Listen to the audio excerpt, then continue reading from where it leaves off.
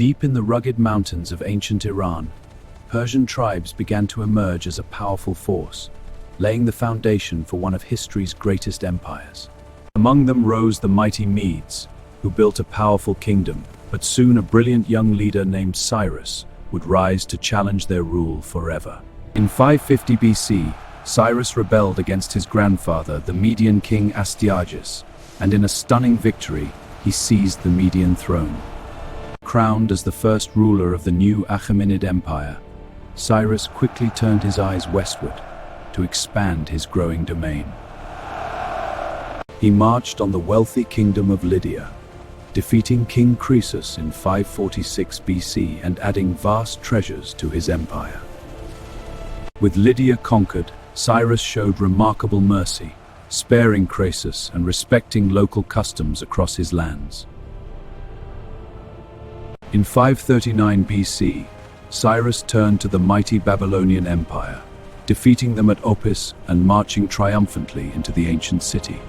Instead of destruction, Cyrus issued the famous Cyrus Cylinder, declaring freedom and tolerance for all peoples under his rule. He allowed the Jewish people to return from captivity and rebuild their temple, earning him the title of Liberator in history. Cyrus continued expanding eastward, conquering lands as far as the Indus Valley before his final campaign in 530 BC. After 29 years of rule, Cyrus the Great fell in battle, but his tolerant empire stood as the largest the world had ever seen. His son Cambyses II succeeded him and immediately set his sights on the rich kingdom of Egypt. In 525 BC, Cambyses conquered Egypt at Pelusium, expanding the Persian Empire all the way to the Nile. Though his rule in Egypt was short, the empire now stretched from the Aegean Sea to the Indus River. From Memphis I command the empire's destiny. The world will bow to Persia. After Cambyses died in 522 BC, the empire faced chaos until a strong new leader emerged. Darius the Great took control, crushed rebellions, and began transforming the empire into a masterpiece of organization. It shall breach our faith.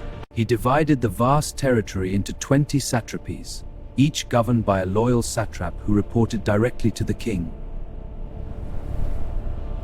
Darius built the incredible Royal Road, stretching 2,700 kilometers, allowing messages to travel the empire in just days.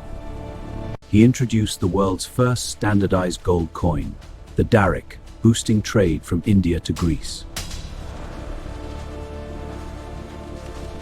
At the heart of Persia, Darius began building the magnificent ceremonial capital of Persepolis.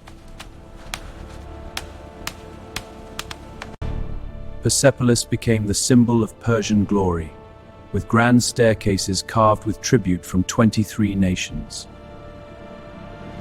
But in the west, Greek city-states revolted, drawing Darius into conflict with the mainland Greeks. In 490 BC at Marathon, the Persians were surprisingly defeated, forcing Darius to plan revenge. Darius died in 486 BC before he could return, leaving his son Xerxes to continue the war. Xerxes has assembled the largest invasion force in history to crush the Greeks once and for all. In 480 BC, his army crossed the Hellespont on a bridge of boats and marched into Greece. At the narrow pass of Thermopylae, 300 Spartans held back the Persians for 3 heroic days. Though the Spartans fell, Xerxes captured and burned Athens in revenge.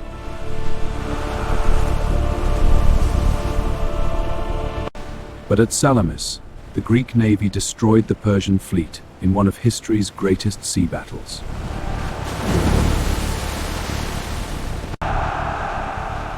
Xerxes was forced to retreat, and Persian power in Europe was permanently broken.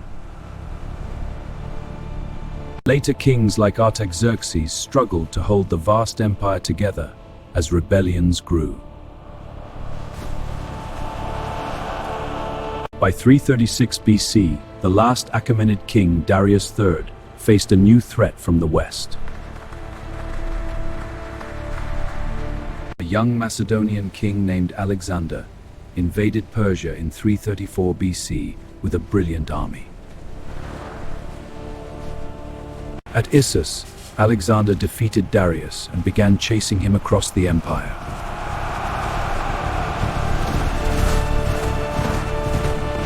In 331 BC at Gaugamela, Alexander won the decisive battle that shattered Persian resistance. Alexander captured Persepolis and, in an act of revenge, burned the great palace to the ground. Darius III was murdered by his own men while fleeing, ending the mighty Achaemenid Empire. For Persia, this must be done. Ecto. After Alexander's death, Iranian tribes called the Parthians rose in the east to reclaim Persian power.